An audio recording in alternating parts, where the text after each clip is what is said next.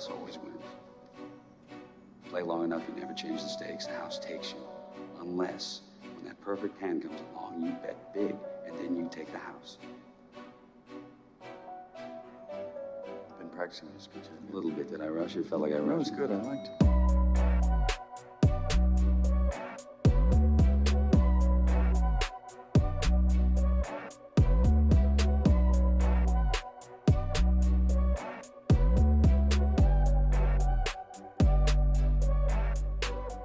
What's up, everybody, and welcome back to the Big Easy Bets podcast. I'm your host, Logan. With me in the studio, Nick Von Brick. What's up? We got Jesse in the producer's chair for the third week in a row. This is college football week 13, NFL week 12, episode 205. The Big Easy Bets podcast is brought to you by BetStamp. If you're looking for a place to play sports bets, take advantage of the promo offers in the description of the episode, wherever you're watching or listening. Signupexpert.com/BigEasyBets. Click the link, click the sports book that entices you the most. Use the promo offers, and you're helping our podcast at the same time. Episode 205. Hit the subscribe button. We're on the brink of World War III, but until that day comes, I'm going to keep trying to figure out how we can take down these slimy rat bookies, and we almost did it last week. It was a bounce back for sure from what we've been seeing in college football. We've been not living up to the standards that we would like, but it was a good bounce back week, but it was nearly better.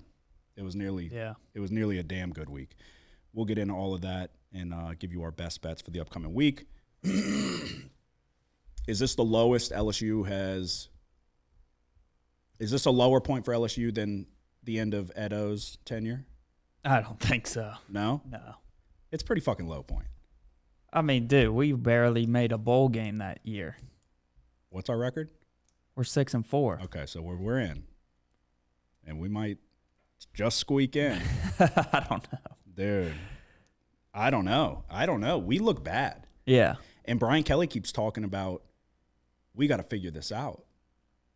Motherfucker, it's the end of November. There ain't no figuring out.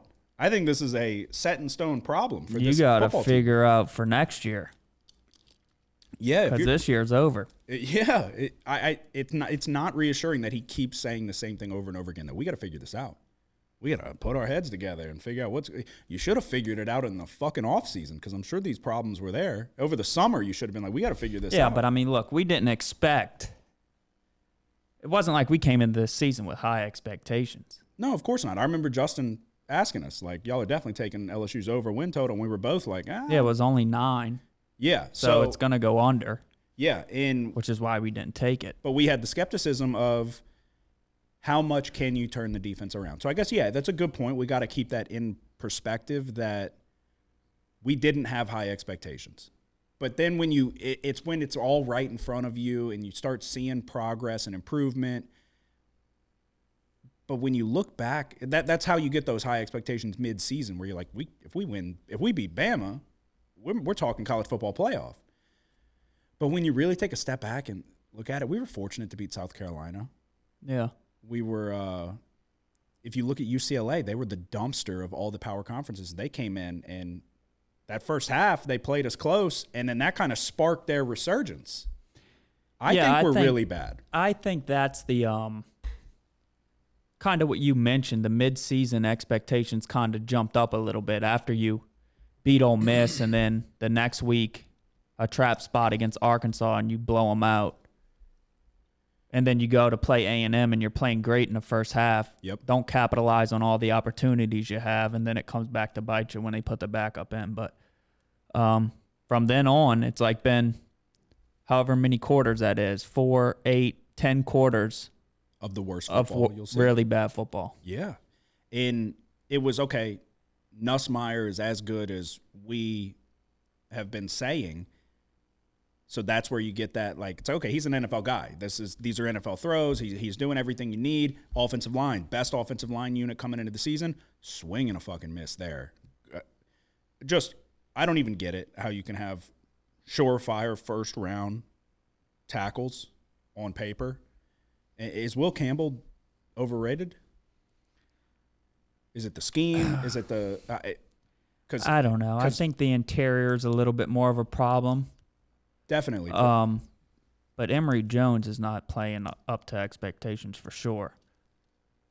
And Will Campbell isn't either, but I still think Will Campbell's a talented player. But I don't know. You were going into this season with maybe both of those guys being first-round draft picks. Emory Jones isn't going to be a first-round draft pick. I don't think he should be. Yeah, no. But Will Campbell will probably still get drafted in the first round, but the stock is falling. Yeah. And Garrett Nussmeier's stock is falling. Everybody across the board. Brian Kelly's stock is falling. And what does not look good is the sideline interactions, which, don't get me wrong, Chris Hilton Jr. is a dumbass. Yeah, well, that's the other thing is the talent on this team, which it goes back to coaching. You got to recruit. Yeah. But this isn't a very talented team. It's not like we're loaded with a bunch of talent and we're just not getting it done. It's yes, and I do agree. None of our guys. Mason Taylor's the only offensive weapon that's going to be an NFL player. I was just about to say that was the first guy I was going to mention. Mason Taylor's going to be a top-tier NFL tight end, I think. Kyron Lacey is good. He's a good receiver. He would be an elite number 2, I think. It's like, yes, it's not the talent that we're accustomed to. You don't have Malik Neighbors and Brian Thomas or Jamar Chase and Justin Jefferson. You don't have 2 like day 1 top 10 NFL wide receivers. Yeah, we don't even have a J. Ray Jenkins. I know, God. Boy, do I miss J. Ray Jenkins. I just don't know. The defense, it's a bunch of – it's like just what happened to LSU's defense? I think it's fucking Brian Kelly. That the defense feels fucking soft and politically correct like Brian Kelly. I want fucking Ed Ogeron's defense. That's what I want. You want maybe a Brian Kelly buttoned up like style offense, not making mistakes, but on defense, you want savages on fucking defense. And that's what we used to have every year. Yeah, when you look at the talent, especially in the secondary, it's like we play 3 safeties. We play a strong safety, a free safety, and a star position who's Major Burns. He's another safety. It's like he's terrible. All those safeties suck. Yeah. No, there's not one good one. Our cornerbacks are... Where's Jamal Adams and Delpit? And well, just the dude, go all the way back to Craig Stelz. Like, you had fucking... We always had good safeties. Yeah, or what was his name? Eric Reed. Yeah, LaRon Landry. Dude, it was... And we're going way back. Like, you can go even much sooner. Tyrann Mathieu, obviously. Like, I don't know... We don't have and who knows, maybe Alexander turns into the guy, like, at corner. But it just doesn't seem like you have those people. All those people we mentioned before was like freshman year, they were showing flashes, like, of like, oh, that dude's going to be fucking good. Well, I don't know why we don't run more nickel personnel, because we have 3 shitty safeties. It's like maybe a fourth corner's or the third corner's a better option there. My question is, how did, after last year, how is Major Burns still on the team? Well, the guy Gilbert's that guy's a piece of work. I don't know how he made the team. I don't understand a lot of what went into the. You're not able to go get anybody else. The dude from TCU, the D tackle that went to Oklahoma, didn't pick us. Like, are we just swinging and missing in the portal? People don't want to come play for us. Like, well, I think a lot of things have to change. We haven't been recruiting, but then. We got to get Gordon, and we got to get Todd You have Graves. to spend money now. Yes. That's the bottom line. Do you know how much Todd Graves is worth? Yeah. Did I say this? Yeah. Did I mention that the other day? Do you know? Oh, he's like, I think he's worth like $10 billion. Yeah, $9.6 billion, something like that. What are we doing, dude? And that's all from, it's like all from Raising Cane's. He owns 90% of Raising Cane's. We need Todd. Come on down, dude. Yeah, you have to spend money, and I think the defensive coaching staff now, for some reason, we weren't able to attack it this year when we got those guys in the offseason. But Brian Kelly's reluctant to do the portal, and he's kind of said now, well, you want to mix, is what he said. You want good recruiting, which I agree with. You don't want to just be Norvell at Florida State, because now you're seeing what happens when you just go to the portal, and then you one down year in the portal. Now it's like, oh, we have fucking nobody because we didn't develop anybody. But go get some people. Go get, what are we doing? Go get fucking, like Ohio State they had Travion Henderson, and they're like, let's go get Judkins too. Yeah. Go get somebody. I don't know. I don't know what you do, but this is, I mean, dude, it's bad. It's really bad. we gloss over Chris Hilton Jr. I don't know what's wrong with him. He's stupid. I don't understand. No, but like I'm like every time it's like no way he jumps again. Like no way he mistimes his jump again. And they had a guy on social media breaking everything down. Saw it. He fucking mistimed the perfect ball from Nussmeier, back left corner. He fucking can't time the ball coming in. Yeah, and that's the thing with the Florida game is it's another game of missed opportunities. Like that was a touchdown pass that he didn't catch it. Yeah. And then we had another touchdown that got called back for offensive pass interference, which was kind of a borderline call. I didn't totally agree with it. Yeah. And then the defense drops 2 picks right in their hands. It's like everything that's going wrong, that can go wrong, is going wrong. Will go wrong. Yeah. No, but I'm honestly, I'm still hung up on Chris Hilton Jr. because it's like, it's not to be believed. Like, how are you that? He's not a good wide receiver at any level. If you can't, he couldn't be a good high school wide receiver. There was that one on the sideline where it's like, if he just runs under it, he's probably going to catch it. And if he doesn't catch it, it's going to be interference. But it's hilarious. I find it fucking hilarious that Brian Kelly is like, why do you keep jumping? Dude, because it's like exactly what I'm saying. So he's on the sideline, like, motherfucker. He's getting paid $150 million. He's like, why does this fucking kid keep jumping? Dude, I just don't even know what to think. It's that bad. Like, how'd you get to this level? If you can't even fucking time the ball coming in with no resistance, I don't know. We kept waiting like when he comes back. When he comes back, we're gonna. Yeah, be like dangerous. the offense is gonna open up. Yeah, fucking right. He came back and He everything jumped went to so shit. fucking early, dude. It's not even like, oh, he just barely mistimed his jump. He's jumping like the ball's still in Nussmeier's hand. He's fucking jumping. I don't know. I think this is. If it's another year of this, he's done. Somebody will. They'll throw money together. Well, they'll start a GoFundMe. But yeah, the buyout's like $50 million right now. I think it's 60 now, and it drops to like 40 next year. I think. Okay. I could be wrong on that, but it's roughly around those numbers. Yeah, it might go down $10 million a year or something like that. Yeah, I thought it was a little more than a 10 million bump, but yeah, regardless, dude. What somebody made a good point too, where you don't basically at this point they were saying at Brian Kelly's age and all that, like, you've seen who he is. He's not going to keep ascending. This is it. Yeah, I think he overperformed expectations year one by making the SEC championship game. But he himself, I said it, and before I even heard he say it, I said 3 years we'll win a national championship. He said 3 years, and we're going to be competing for a national championship. This is year 3, and this is the lowest we've been. So, but yeah, you paid a 60-year-old guy a shitload of money. And the person I was listening to said, why wouldn't you go to, what's his fucking name, at Tulane? Yeah. In his 40s. And dude, Tulane's fucking good. Yeah, no, he's not. He's going to go somewhere after this. First, you think how long? You think like after 1 year? After this year. You think? He was great at No, I know, South Alabama. Yeah. Yeah. No, wait. Where was he? I thought it was South Alabama. No, it was it James Madison or was it? No. It might have been John Summerall as the coach. Yeah. Are you sure it wasn't South Alabama? I'm pretty sure it was either James Madison or Troy. Maybe it was Troy. Let me see. It was Troy. Okay. Why did I think South Alabama?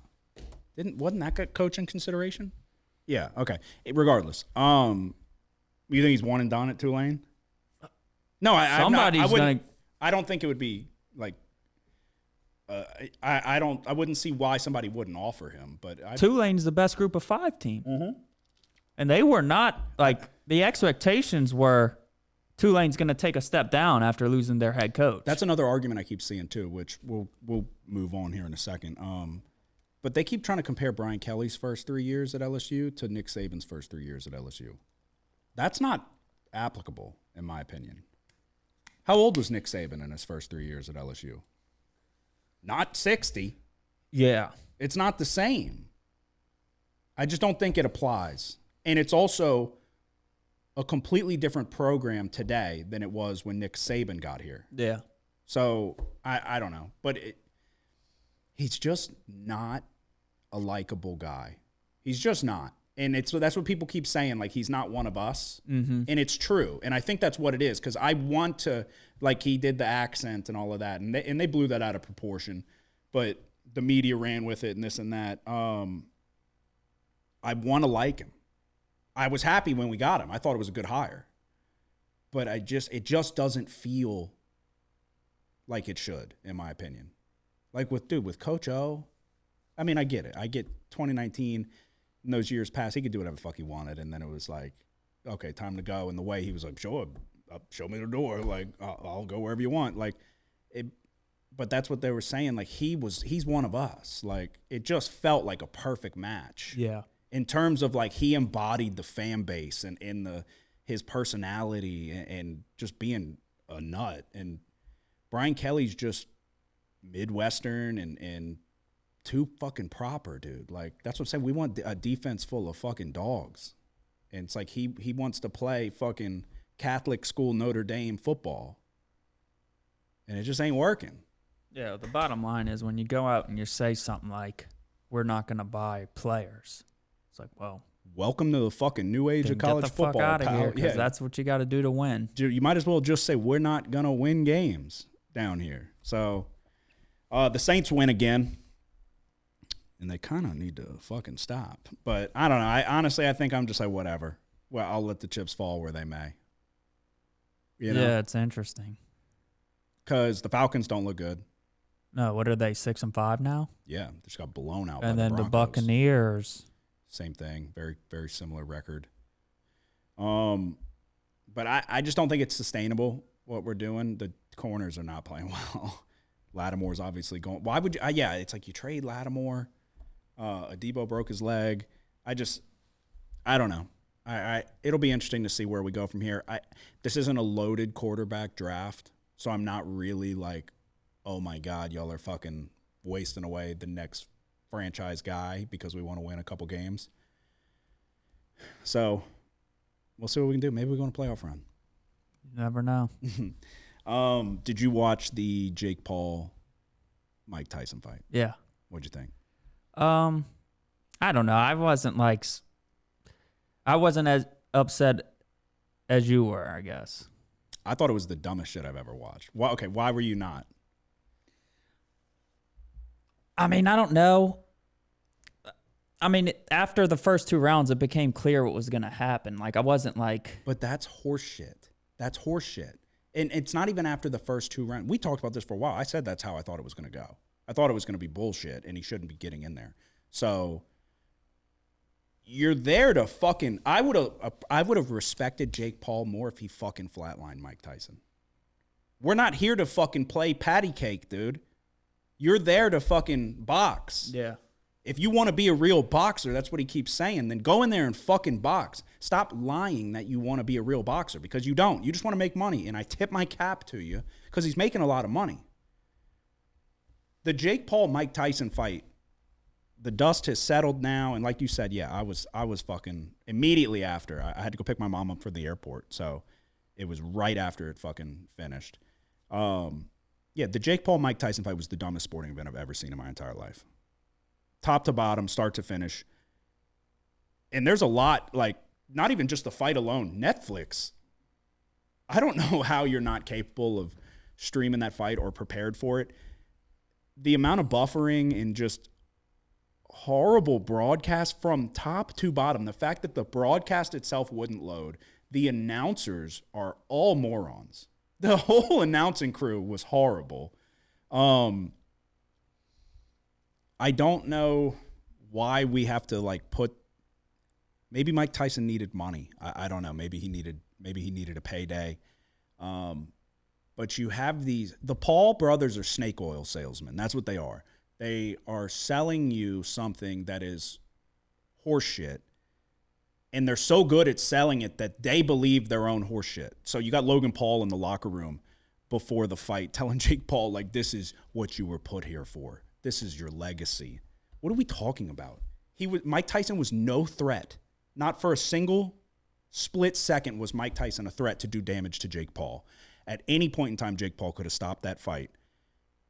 Mike Tyson got hit with like a jab in the second round, and he stumbled on his back foot, and like it looked like his knees were going to buckle, to the point that I was like, okay, what are we doing? What are we doing here? Yeah, I mean, I was somewhat impressed with Tyson. What? Yeah. What? Dude, his head movement at his age.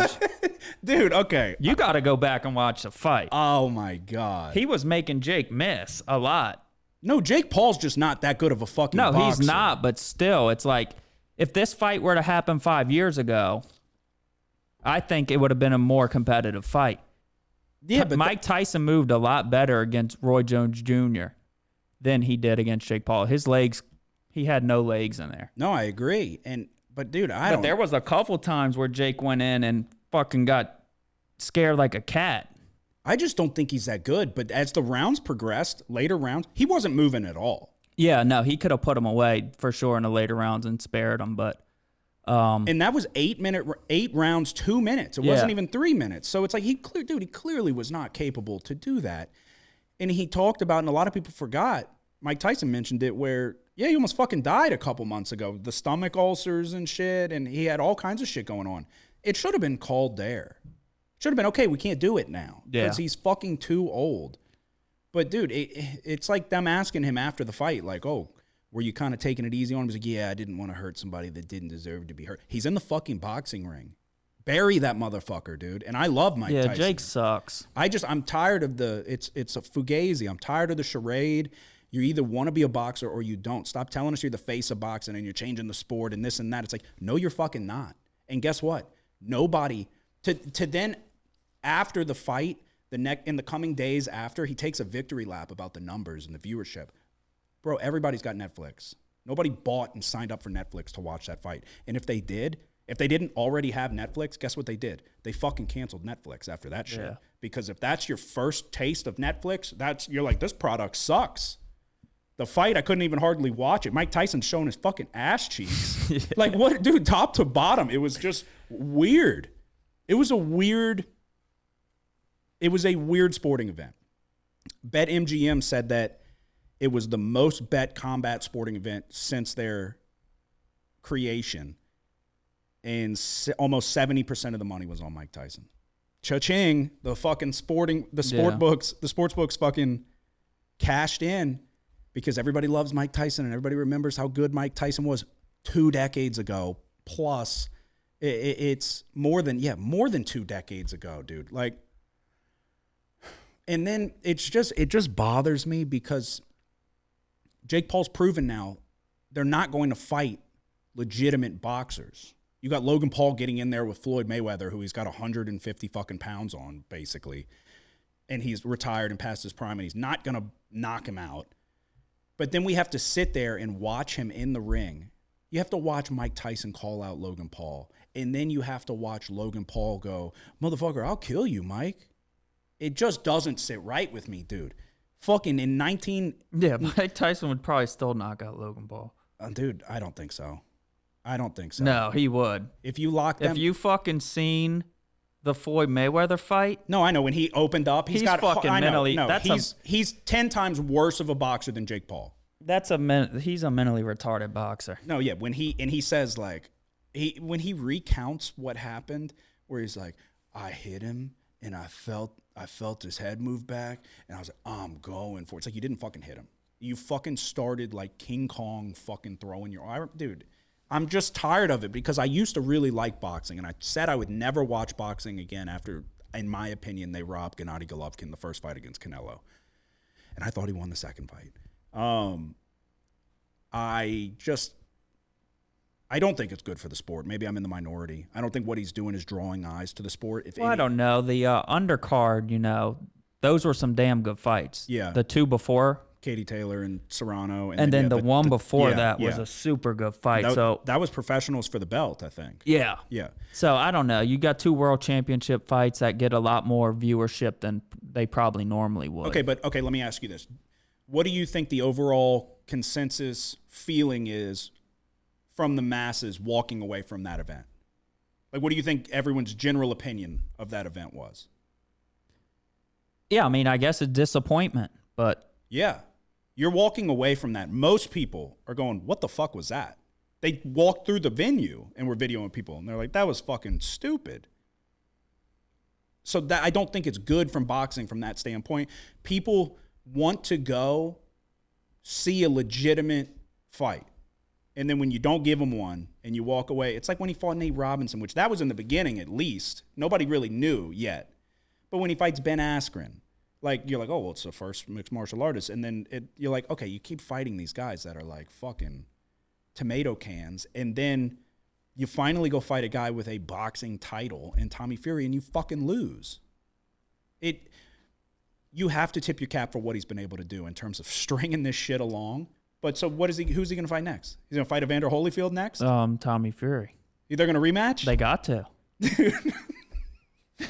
you buying that pay-per-view? They got, yeah. Stop. They got to. To take the victory lap about the viewership, like people were buying pay-per-views or something, is crazy to me.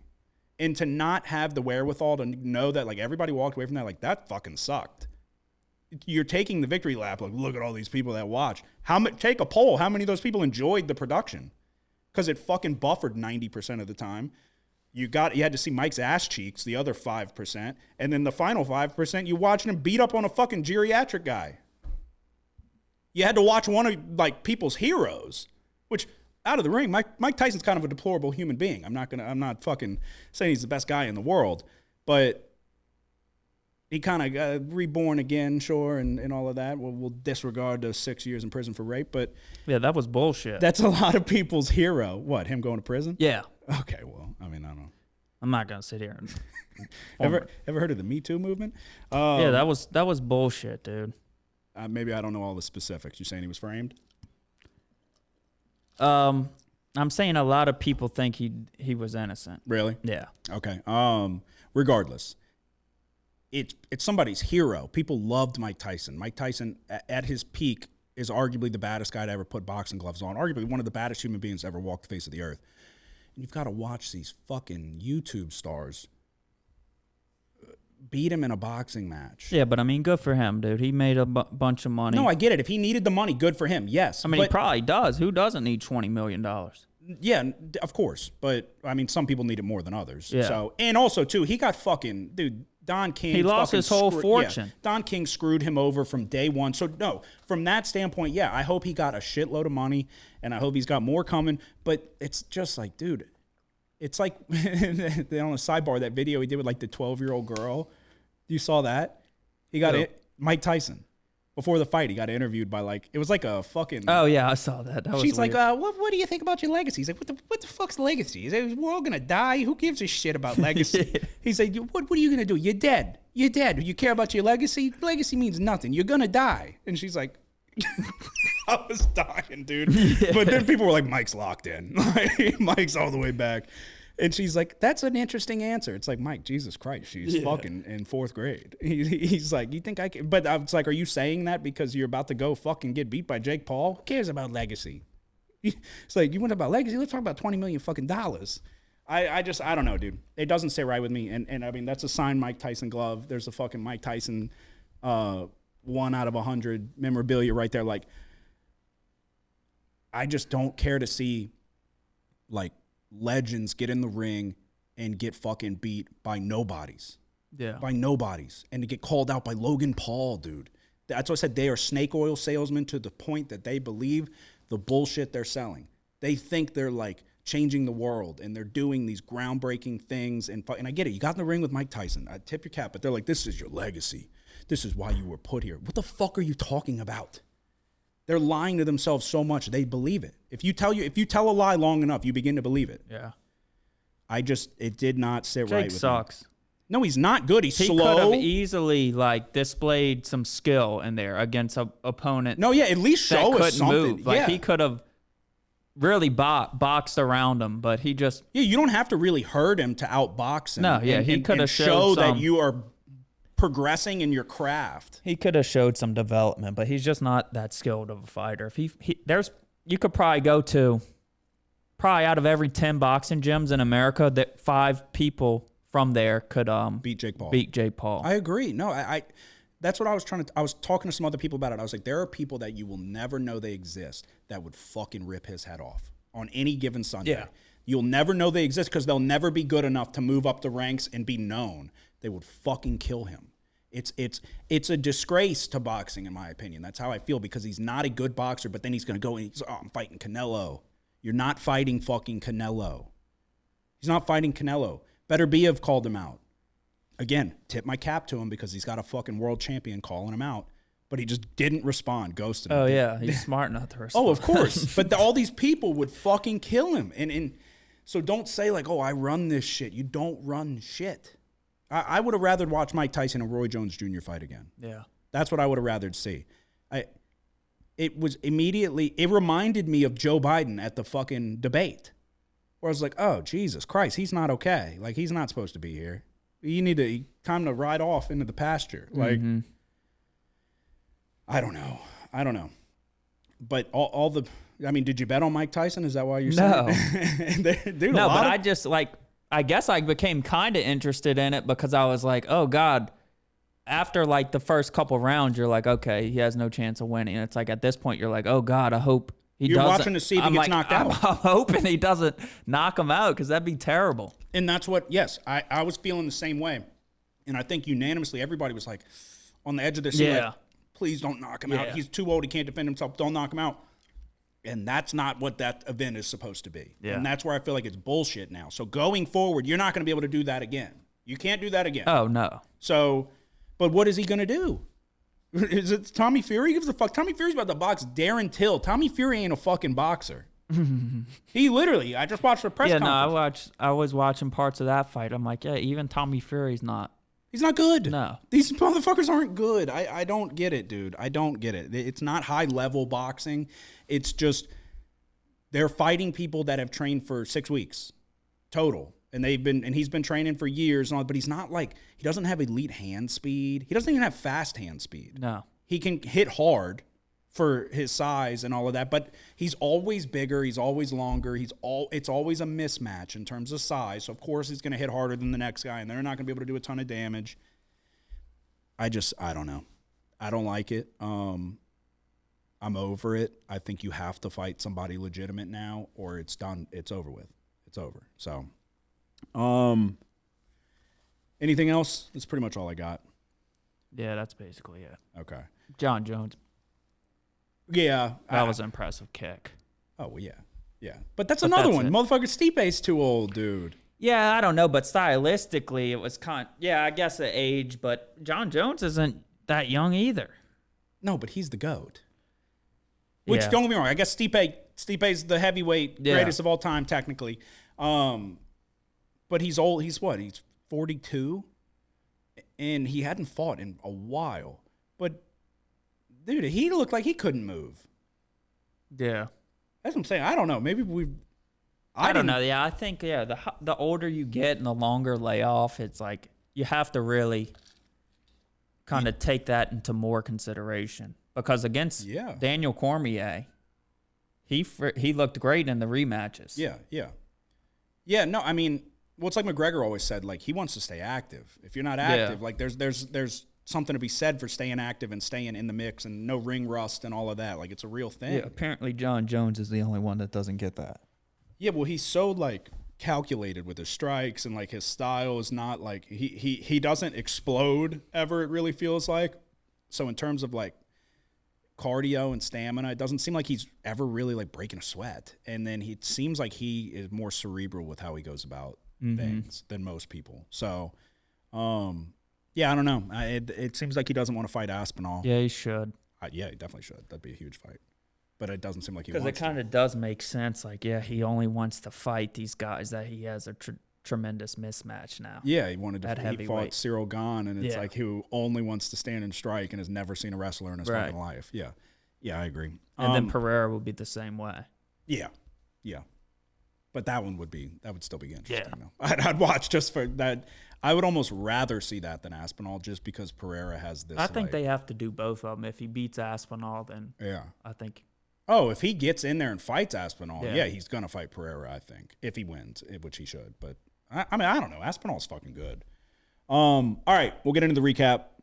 and then give you our best bets for college football and the NFL. Like I said, it was nearly a really, really good week in college football.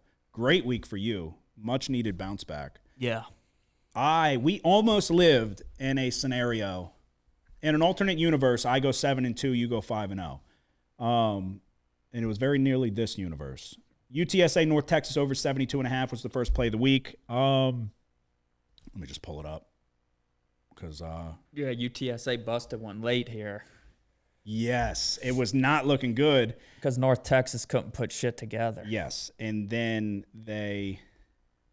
it was looking like, okay, now they're going to run out the clock, and UTSA busted a long run. That's right. There was still it was like 3 minutes or so, but it was looking like maybe. North Texas would have had to get a stop. Yeah. And then they weren't showing any signs of life clearly because he busted a fucking 80-yard touchdown run. But I was like, part of me was like, please don't fucking go down. Don't go down.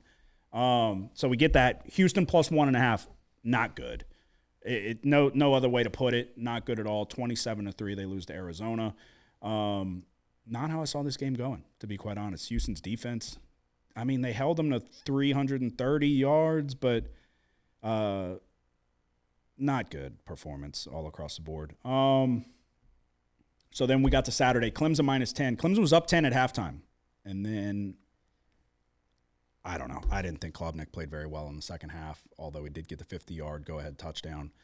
They win by 4. I felt like they...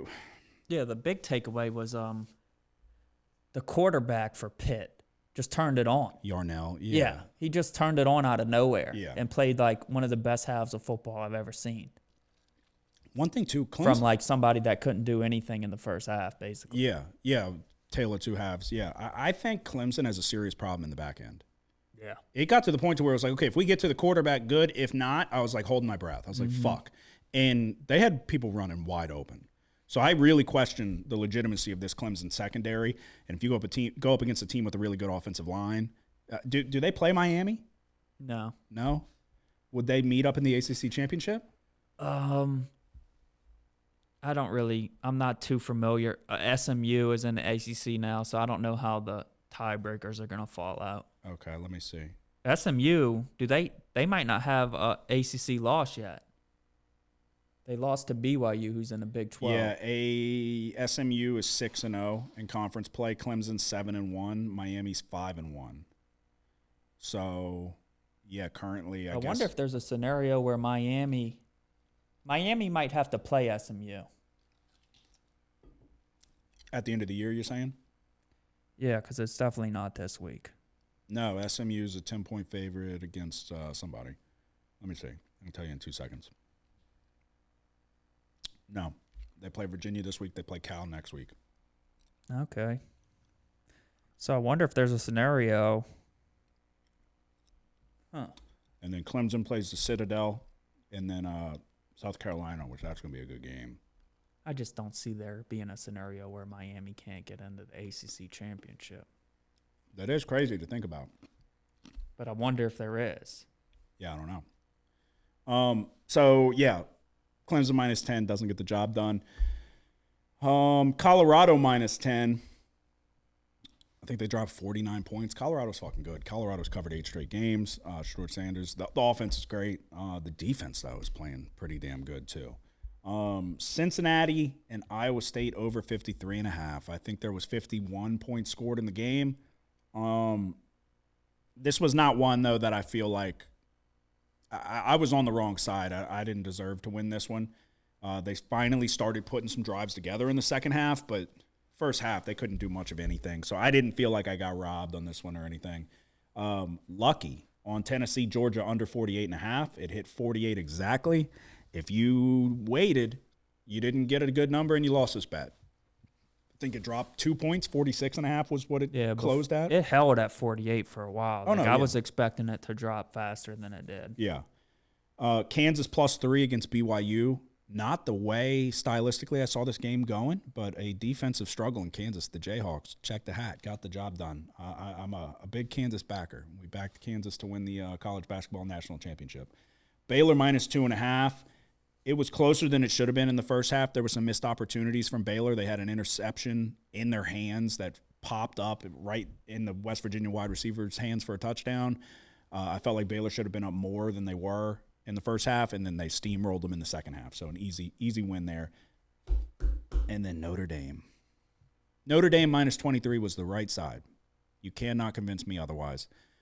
They had a 70-plus yard fake punt for a touchdown that got called back due to illegal formation. They had something else, another like a deep ball, another 70-plus yard touchdown called back.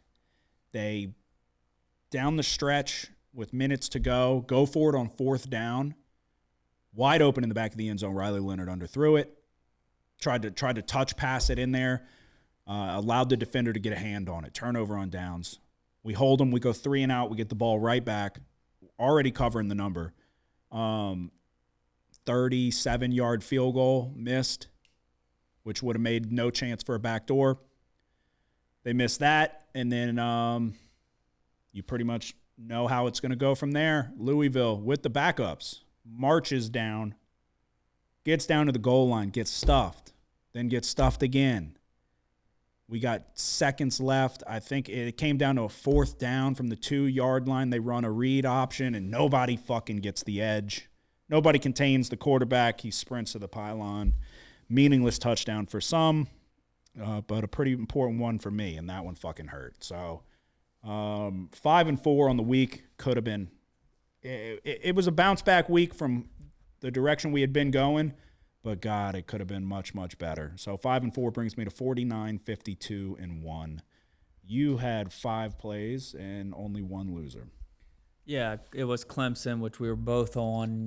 We talked about it, and then I was on Kansas with you, and I was on Tennessee, Georgia under 48.5. That was my lock. Oregon, Wisconsin under 52.5. It was like the easiest bet. It was 16-13 final score. The other one was pretty fucking easy too. And then Air Force +4. Air Force shut them out here. They won 28-0. I'm pretty sure. 27, I think, but same thing. Yeah. Do you feel like you've exercised the demons? Yeah. No, you feel like you're all the way back. Oh yeah. Oh yeah. Oh yeah. Do you have a lot of plays this week? No. Okay. Yeah. Next week we're gonna have so many. Why? Is it The conference last week. championships? No, but Oh. we always bet. Oh yeah. We always bet everything. Oh, I'm about It's to. so many rivalries. No, that's why. Like, It's like the Egg Bowl. You gotta bet it. It's the only game on that Friday. oh, I love feast. I mean, week. on that Thursday. Yeah, all the NFL games, got to bet them all, and then the Egg Bowl, dude. No, anytime. It hasn't been a horrible year for me by any stretch. It just hasn't been a good year. It's not like it's been catastrophic or anything. It just hasn't been good yet, and I'm just sitting there when I'm watching Notre Dame give up a fucking meaningless backdoor touchdown. I'm just like, God, I've got like 100 bets left in the chamber. I've got so much. We're not even close to being done. It feels like this season's passing us by. We're like at the fucking halfway point. I'm telling you. I said when we did the first episode, I was like, I will empty the fucking clip. And I will. I will bet everything. I'm about to start betting more games and money. Yeah. All right, we look ahead to week 13. College football week 13. Do you have anything midweek? No. Nothing? Dude, what? That's our problem. It's because No, it's not our problem. I get fucking crushed midweek every week this year. Yeah, no, Friday has I'm just absolutely fucking been not even. I don't even look at them. I don't care who playing. Friday has been. I don't know if I've won a Friday game yet, but I got one. UNLV San Jose State. UNLV 7.5 point favorites. I'm gonna try to get updated numbers here because I got better numbers on a lot of shit than what's currently available. So yeah, UNLV San Jose State. I'll get right to it. Short and sweet. I'm gonna take what are they? The Spartans. San Jose State. Yeah, San Jose Spartans. Yeah, I'm going to take San Jose State getting 7.5 points. They were a failed fourth down conversion from the 2-yard line away from having a 21-point lead over Boise State, 21-0. They get stuffed, and then Boise kind of blitzes them, answers back, 14 points. They're tied up at halftime. They started trading back and forth. This is Ken Niumatalova, whatever, from Navy. He has completely flipped the script. All he does is throw the ball now. They throw it so much. I thought about taking it over, but UNLV wants to establish the run and this and that.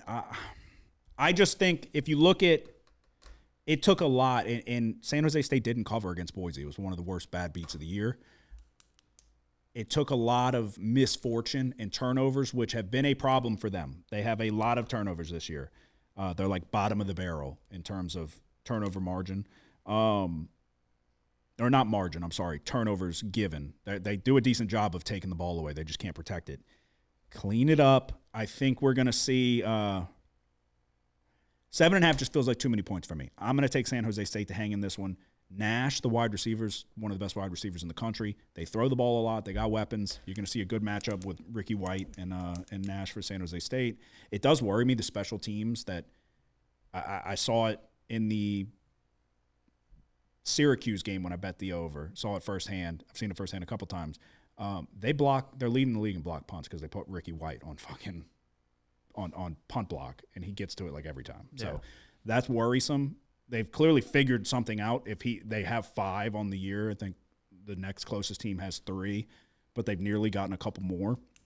So the special teams hopefully does not play a role in this one, but it certainly could. At home, though, a Boise State, like I said, that's a misleading final score with Boise State, who just beat UNLV a couple weeks ago. So I'm going to take San Jose State plus 7.5. What is your first one? It's a 2:00 game. FIU at Kennesaw State. FIU's 8.5-point favorites, and the total's 44.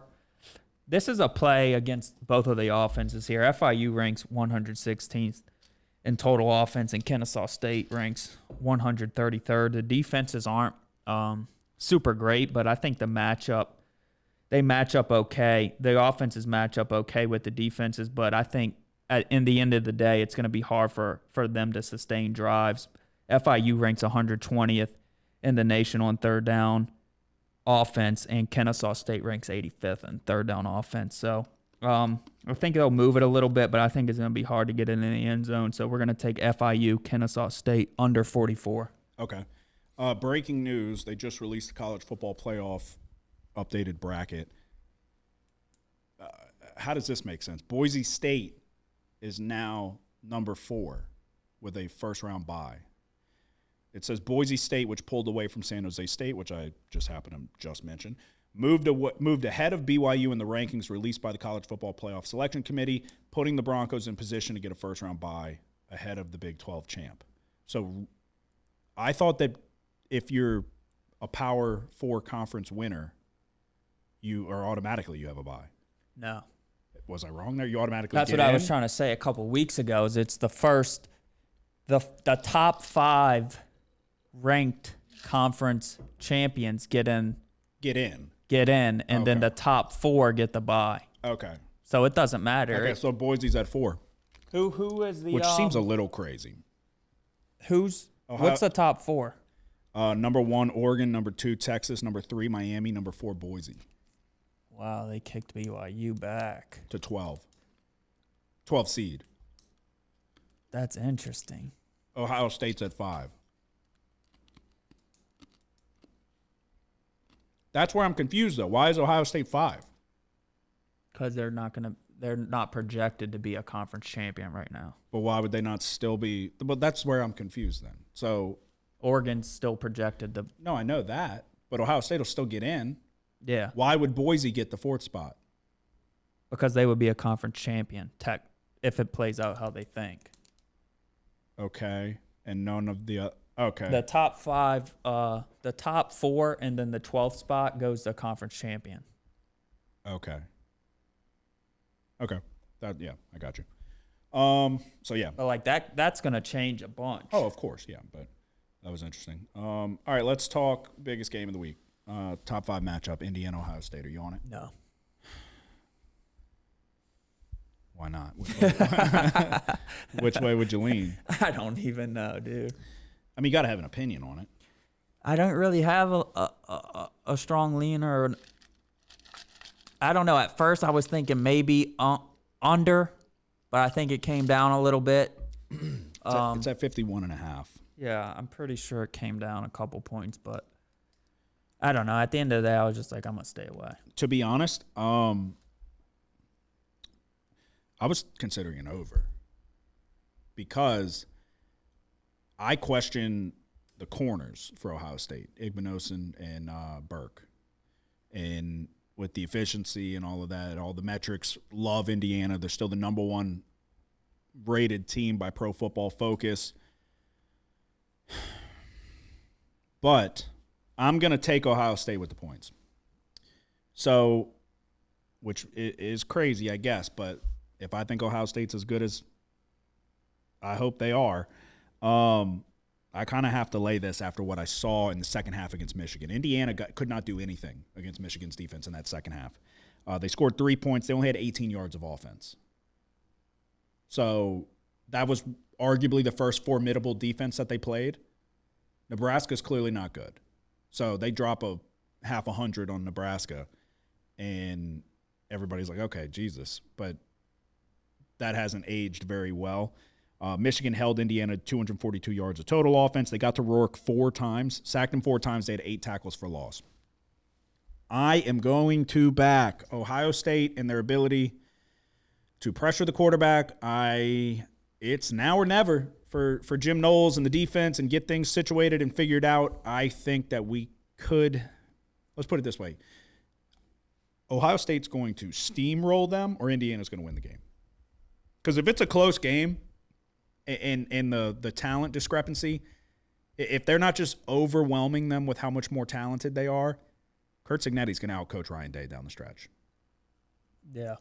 And in reality, I should maybe hold off on this, but I'm not. I'm going to lay the points with the Buckeyes. And I truly think Ohio State is going to either steamroll them or Indiana's going to win the game. Because if it's a close game and it's coming down the stretch and there's decisions to be made and coaching is going to play a significant role, Kurt Cignetti's got the edge. Ryan Day will he will piss down his leg and shit probably. They got 12.5s available. I will lay 12.5 points with the Ohio State Buckeyes. What's your next one? A 2:30 game. Stanford at Cal. Cal's 14-point favorites. The total's 54. Stanford's coming off of an upset win against Louisville, and Cal dropped one to Syracuse. I still think Cal's the far better team here. Stanford's defense ranks 117th in the nation in yards per play. I think they'll struggle against a balanced Cal offense, and offensively, Stanford has some issues up front. I think they struggle to keep pace with Cal in this one, so we're going to take Cal minus 14. Okay. I have another 11 o'clock game. Ole Miss going on to take on Florida. Florida's obviously riding high off the upset over LSU, which is not so much of an upset in hindsight after everything we're going through this year. Ole Miss is off of a bye, I believe. Yeah, Ole Miss off of the bye after the Georgia win, a huge win. I'm going to lay the 10 points with Ole Miss. Going into the swamp, enemy territory, tough place to go in and play. You said it when we were breaking down the LSU game. There was opportunities for LSU that they just couldn't convert on. Income, possibly the best defense in the country. One of the best offenses in the country. I think you're going to see Ole Miss's defense get to Lagway, pressure him, and make his life difficult. There was question marks if he was even going to play last week, so he's still coming back from injury. I think that the defensive line for Ole Miss will be able to have their way, make life difficult for Lagway. And I don't see it. I think Ole Miss can come in and lay a big number here. So I'm going to lay 10 points with the Rebels on the road. What you got? Texas Tech at Oklahoma State. Texas Tech's 3.5-point favorites. Oklahoma State has been bad, but I'm still not a big believer in Texas Tech, especially their defense. They're 105th in the nation in yards per play allowed. They have the 130th passing defense and the 112th scoring defense. Both teams are off of a bye. Oklahoma State had a bye earlier in the year, and the next week they played BYU. They ended up losing a close one, 38-35. I'm going to take 3.5 points with Oklahoma State at home here against Texas Tech. Okay. All right, I'm going to a 2 o'clock game, Arizona and TCU. We're going to go over 58. Arizona, obviously Fafita's a good quarterback. McMillan's one of the best, if not the best wide receivers in the country. They throw the ball all over the yard. They kind of have to. TCU, I feel like is better than their record. They're an efficient offense. They have a lot of weapons on the outside, but that defense is not very good. I think there's points to be had in this one. I'm going to go over 58. I scratch my head with TCU because Hoover some days looks fantastic and then some days he doesn't. But he's got over 3,000 passing yards, 22 touchdowns. Fafita, them putting 27 points up on it, that's a good Houston defense. I know Houston's not a good football team. I think they will be in the coming years with Willie Fritz, but their defense is not bad. So, and they were getting some help in the run game. I think we're going to see points in this one, so I'm going to go over 58 Arizona TCU. What's your next one? I'm going to go to Vanderbilt LSU. LSU 7.5-point favorites. We've been talking about it. It's been disappointment. They tricked us just when you think we were going to be good. They dropped 3 in a row, and they don't really play competitive in those games. But, look, I'm not a real big believer in Vanderbilt. I've been betting against them. They are coming off of a bye, but last 3 games, they haven't gotten over 300 yards of total offense in any of those games, and they've been outgained in all of them. The Vanderbilt defense, it's not bad, but I think when you look at the LSU offense, what they've been struggling with is protecting Nussmeier the past 3 weeks, the disguises and the coverages. The Vanderbilt defense, they have the 105th ranked pass rush grade on Pro Football Focus, and they have the 91st coverage grade. I think this is a game where you kind of see the Vanderbilt offense. Maybe they control the clock and keep the game close a little, but I think LSU certainly has the advantage against the Vanderbilt defense. So I'm going to lay 7.5 with LSU. You're stronger than I am. I told you, it's Pavia or nothing for me. Vanderbilt sucks. Pavia sucks. That's the other thing I didn't mention is Pavia has serious issues when he's pressured. I think LSU can get after him. Yeah, he always has. But if there's one strength at LSU defense, it's LSU's pass rush. They nearly got to Lagway. What's the weakness, though? A couple of times. What's the weakness? The secondary.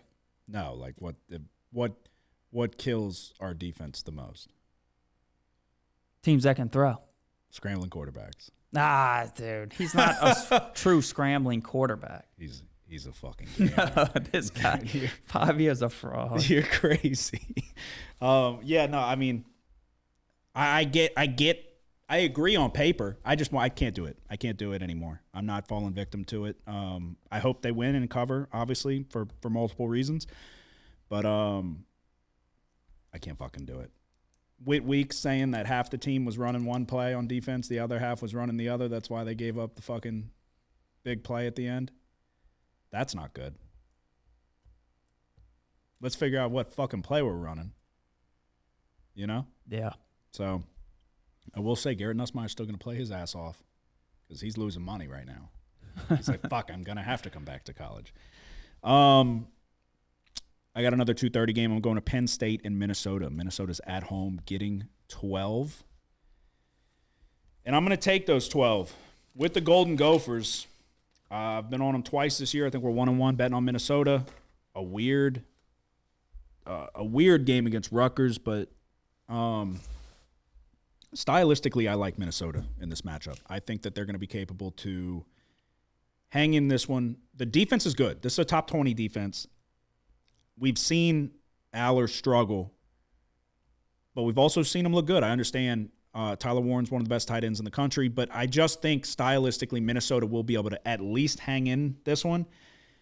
If Brosmer can have a little bit of time, but they've got good running backs. This just has all the makings for a gritty, like, battle in the trenches type game, and I think Minnesota's going to be up for the challenge. So at home, getting 12, we'll take the Golden Gophers. What are you looking? You trying to hop on this too? No. No? I'm just looking at the lines. All right, what's your next one? It's my lock. Okay, I've got 3 more, I think. Let's talk Colorado, Kansas. Are you touching it? No. I like both of the teams right now. Yeah, and I don't think there's – so full transparency, I bet Kansas at 3 out of just principle. Just I got to. For that. Kansas has been treating me well the last few weeks. What I think I'm going to do, what do you think about an over? It's a pretty high number, but in Colorado's defense is playing better. Kansas defense can get after the quarterback. To be honest, both of them can kind of, if there's a 3, I would take the 3. Well, I did take the 3, but I would, for the sake of the show.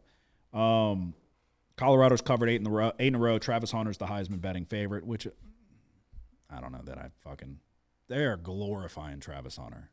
I mean, the big thing is they're just like the quarterbacks are not playing well this year. Why is Ashton Genty plummeting, though? Why is Ashton Genty getting tossed by the wayside?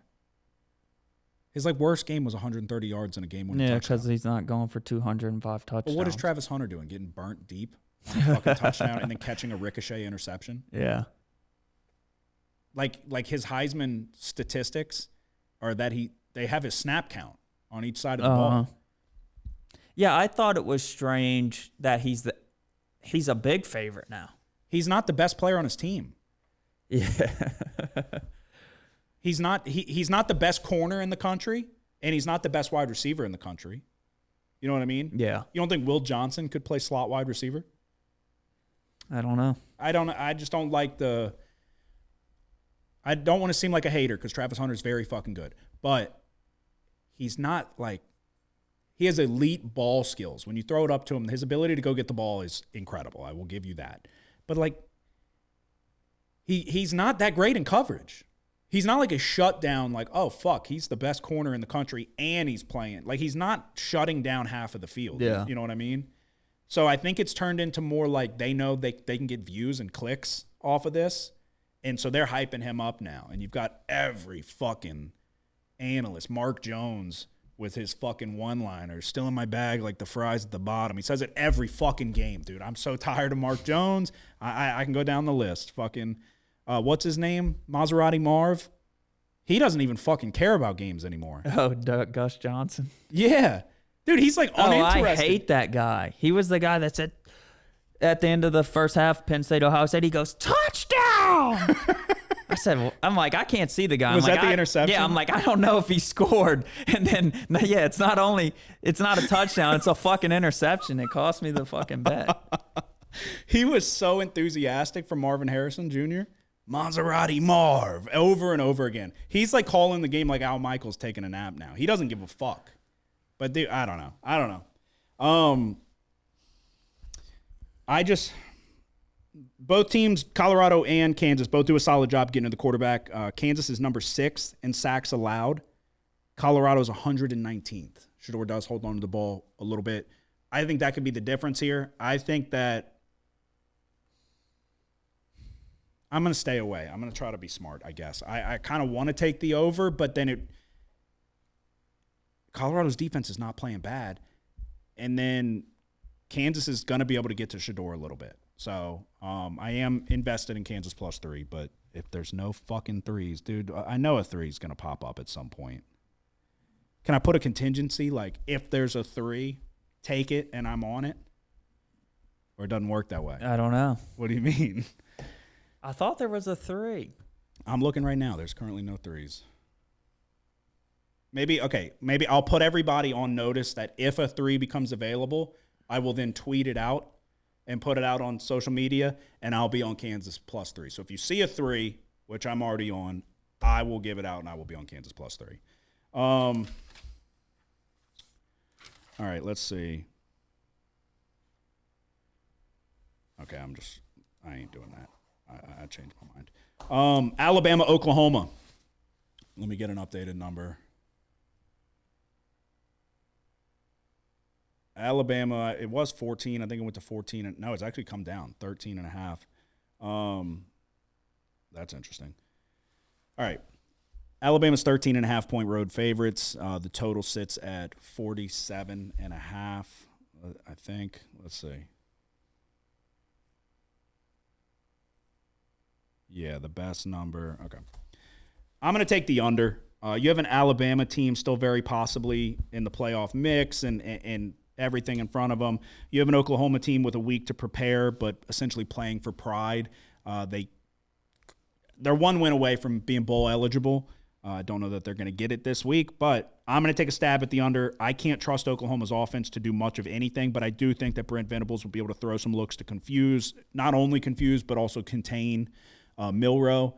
So we will go under 47.5. This Alabama defense is getting better week after week. I don't see a path to points for Oklahoma. You just saw them against Missouri. They lost 30-23. Jackson Arnold was 15-24 for 74 passing yards. I just don't see the path to points. I trust Venables as a defensive mind, and it's a good Oklahoma defense. I think that they can keep it low scoring, and we'll try to cash an under here. I think I have one left. USC UCLA. It's going to be a good game. I'm surprised you're not on it. One of the last games of the night, 9:30 p.m. our time. USC's 4.5-point road favorites. The total sits at 51.5. Miller Moss has been benched. They went to Mayava. He was at UNLV last year, right? Mm-hmm. Yeah, so they went to Mayava. I do think he gives them more of a I think he's the better option. I think he's the more talented guy.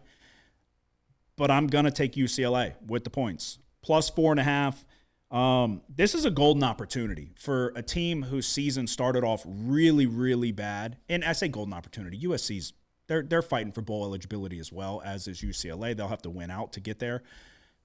But it's crosstown rivalry. It's a big game on the schedule. It's a UCLA team that started this season off horribly. Looked like one of the worst, if not the worst, school of the power conference teams.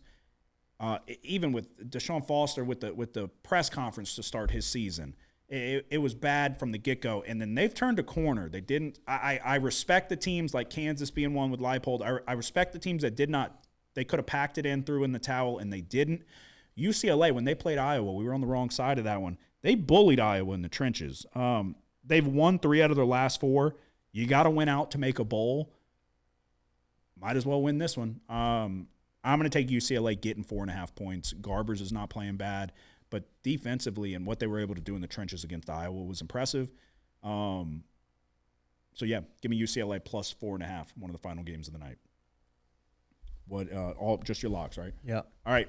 All we have left, best bets of the week. It's a lock, Kramer. You've had this thing under control for almost 3 years now. But it's a lock. They need that fucking juice. They need that next bet. They need, come on. Yes! When they win, they go fucking crazy. You're a bad motherfucker. Go in that shower, grab your fucking nuts, and tell the world somebody's sniffing my fucking nutsack today. Because I ain't got time to fuck around no more. All right, we're going to Air Force at Nevada. It's a 9:30 kickoff, and we're going to take Air Force again, plus 3.5 this time. I think the matchup is similar to last week's matchup for Air Force against Oregon State. Nevada's defense struggles against the run. They're 98th ranked rush defense in yards per rush allowed, and then they have the 131st ranked third down defense. Nevada gives you a little bit more offensively than Oregon State did. Nevada actually has a quarterback, Brendan Lewis. Leads the team in passing and rushing, accounting for 20 total touchdowns. But I still think the defensive deficiencies for Nevada, it's going to be a lot to overcome here, especially when it comes to stopping the ground attack of Air Force. So we're going to take Air Force plus 3.5 for the lock of the week. There you go. That is our best bets for college football. To recap, I am taking San Jose State plus 7.5, Ohio State minus 12. Ole Miss minus 10. Let me see. Did I say, what did I get? Was it 12 or 12.5? Sorry. For Ohio State. Because I can never read my own goddamn handwriting. 2 seconds. I got to get more organized here. I think it's 12.5.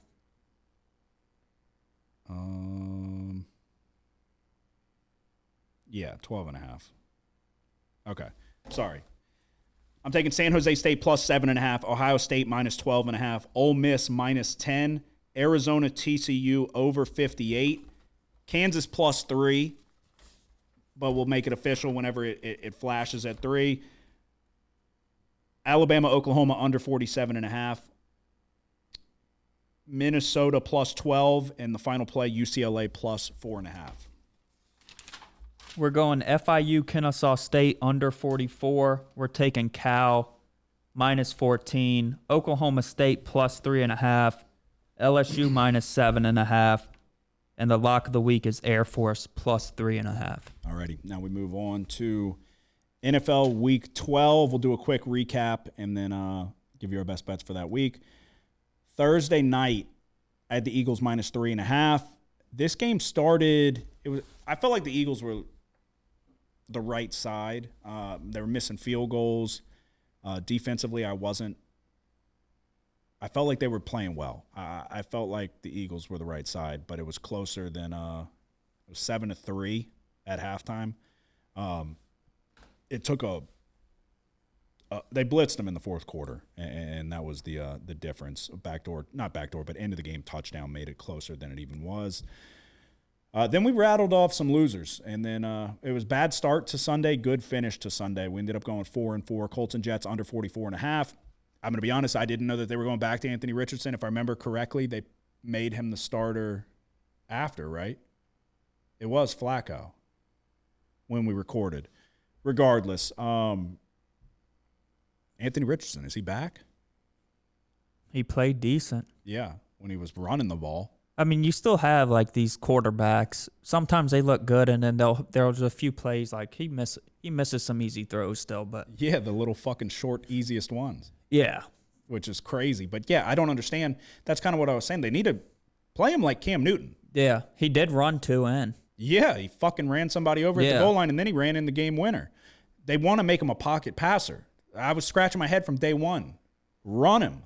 I get you're worried probably about longevity, like Cam Newton with the. Well, you have to run him for now. You have to run him forever. Well, he's got to learn to throw.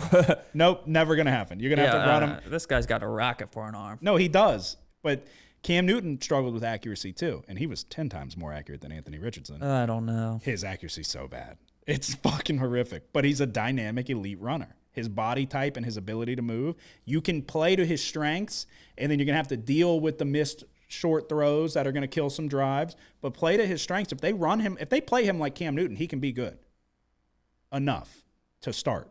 Packers minus 5.5 was my lock of the week. I don't know what's going on. I don't know. The Packers on paper should be good. Jordan Love is a problem. Horrible fucking red zone interception again, week after fucking week with these turnovers. But then, of course, Caleb Williams they go to the new guy calling plays, and all of a sudden, they're making Shane Waldron look like a piece of shit. All of a sudden, Caleb Williams getting the ball out of his hands, not holding it forever. Is getting it to his wide receivers, and they're moving the chains. Patriots +5. They lose by 6. Drake May threw a bad interception, but really it was miscommunication with the wide receiver. The main problem here is this Patriots defense is not fucking good. It's not good. They're below average. Cooper Kupp fucking wide open for a 75-yard touchdown. That was the difference. You lose by 6, 5-point underdogs. I don't know. Stafford can still sling it, which is it's Dr. Jekyll and Mr. Hyde. One week he looks fucking great, and then the next week it's like, what is going on? He'll fucking be shit. Yeah. Broncos, but so like I said, bad start, quality finish though. Broncos -2, they obliterate the Falcons. 49ers -6.5. They lost. Yep. This is another one. You scratch your head. They definitely shouldn't have lost. You look at the efficiency metrics. You look like the analytic nerds fucking love the 49ers. Bills -2.5. A good win. A good win against the Chiefs. Josh Allen, he makes those little mistakes. That interception was so bad, but then he's going to put the team on his fucking back. He's going to run it in from 30 yards out and ice the game. So Bengals-Chargers over 46. This one was fun. Slow start for the Bengals, but Chargers were firing on all cylinders, and then the Bengals come firing back. I think they tied it up 27-all. Easy over. We go 4-4 on the week. I don't feel like, same thing, I don't feel like there was no getting screwed, nothing like that, no wrong side of it. Just some good picks and bad picks. But 4-4 brings me to 32 and 35, 4-7 in my locks of the week. I'm doing that thing with my locks again. I can't fucking win them. I need to just make Thursday my lock every fucking week. Yeah, I was thinking about that. You had your usual 3 plays. Yeah, I couldn't win. Not good. You won in college, but then you gave it all Eagles, I took the first half. I couldn't come around to lay in more than 3 with them for the full game, but unfortunately they play. Do you concur or do you disagree that I felt like even in the first half, I felt like the Eagles were still like the right I mean, look, they missed 2 field goals, I think, at least 2. It was 2. I know it wouldn't have been enough to cover. It could have been 9-7 at halftime. Yes. The Eagles really like had one bad drive defensively, and it was in the first half where Eckler on the pass got him down there. Yeah. It was really one play, and then it flipped the field. Yeah, they had 434 total yards. They held Washington at 264 yards, which And when I was said it, I wasn't even really thinking about Kingsbury with like his regression. I didn't even really put those pieces together, but it happens every single fucking year. But I just felt like with the way they're playing with Jaden Daniels, they are very, very conservative. He's getting the ball out quick, and he's not losing his teams the game. But also with the injuries, and he's not running as much as he was. I just feel like it puts them in a position now to where you're going to see the Commanders struggle a little bit more down the stretch, I think. 264 yards of offense is not very good. So, yeah, I had Ravens Steelers over 47.5. Went way under. The Steelers won this game, and they kicked 6 field goals. They scored 18 points. Justin Tucker's washed. Yeah. Justin Tucker's one of the worst kickers in football. Yeah, he's complaining about the turf while the opposing kicker made 6. Yes, but no, that clip was... It was old? No, but if you watch the full clip, though, because I saw somebody else say that, and then I saw somebody call them out on it for not watching the full clip, because he's like, but these are all things that I should be used to and all of that. Like, he's like, this is not anything I'm not unaware of, that the surface could be bad and this and that. Like, I've kicked on that surface before is what he said at the end. Basically saying, like, it wasn't great, but kind of not making an excuse, I guess.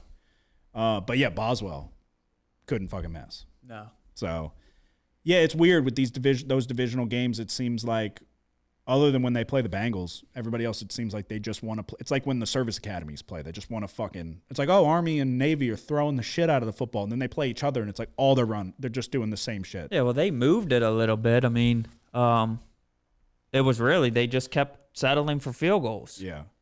Yeah, Russ threw a red zone interception. Yeah, I mean – at one point, I thought maybe this game could go to overtime. At 21-21. You wouldn't. Oh well, I was thinking you could have got there at 18 all, and then you would have needed field goal, touchdown, and I think that might have got you there. Yeah, that would have been a lot though. Yeah, it would have been very improbable, and it'd have been like 100-1. But, yeah. But I mean, I'm always doing the math. I'm like, we're here. It's a possibility. I thought they might be able to, like, at one point, I think there was a way for them to be tied at 21. Like, if they kicked another field goal, and then I forget what the Ravens' score was at the time. But. Yeah, no, I mean, if the Ravens get the fucking 2-point conversion, though, field goal, touchdown, you're at 48. Yeah, that's what it was. Yeah, that's what if they get that, you're going to OT at 18 all, and then it's not unheard of. That's all they were kicking was fucking field goals. So it's just that time becomes a factor. They're only 10 minutes. Yeah, but that was Chiefs Bills under 46.5. The final touchdown Josh Allen scored put this game over. So I don't know. It's a good run.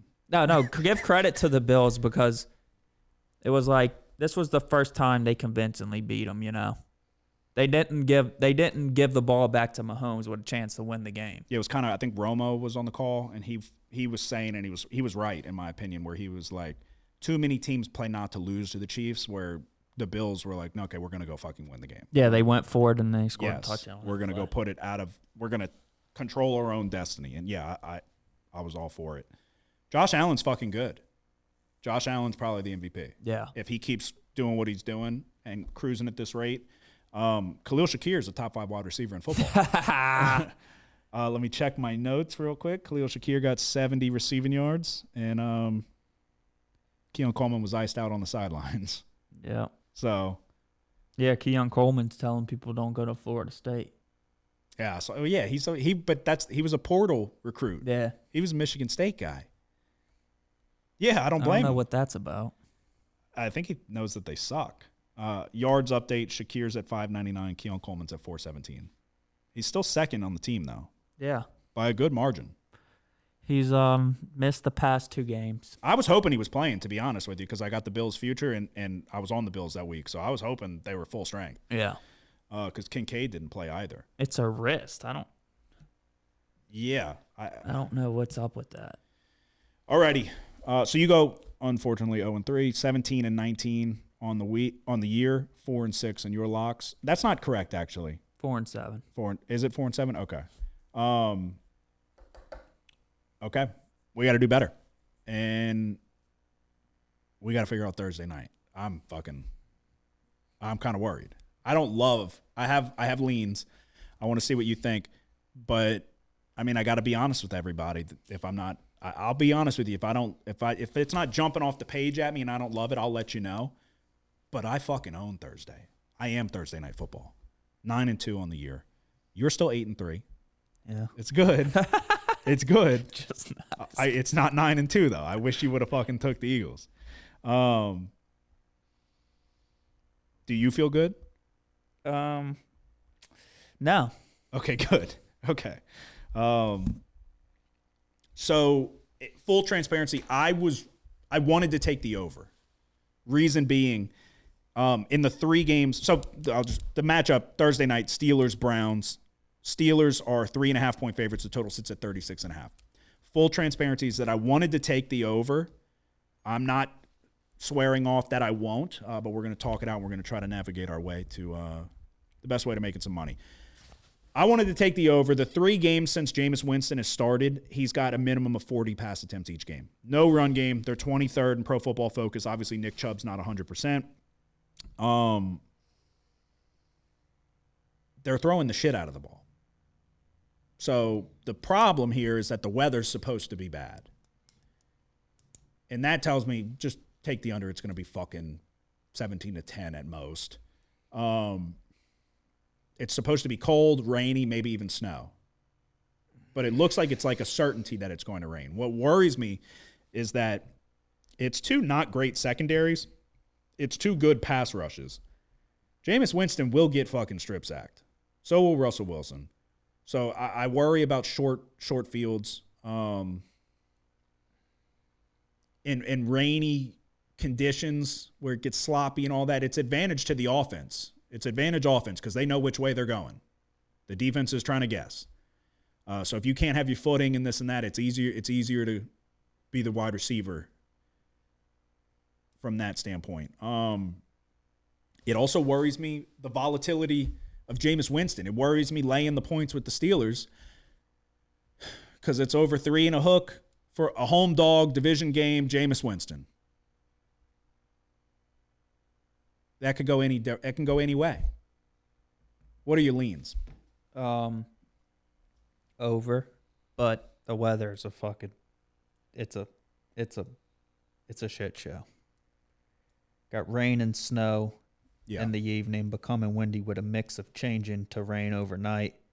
Low of 37 degrees, winds at 25 to 35 miles an hour. Chance of precipitation is 90%.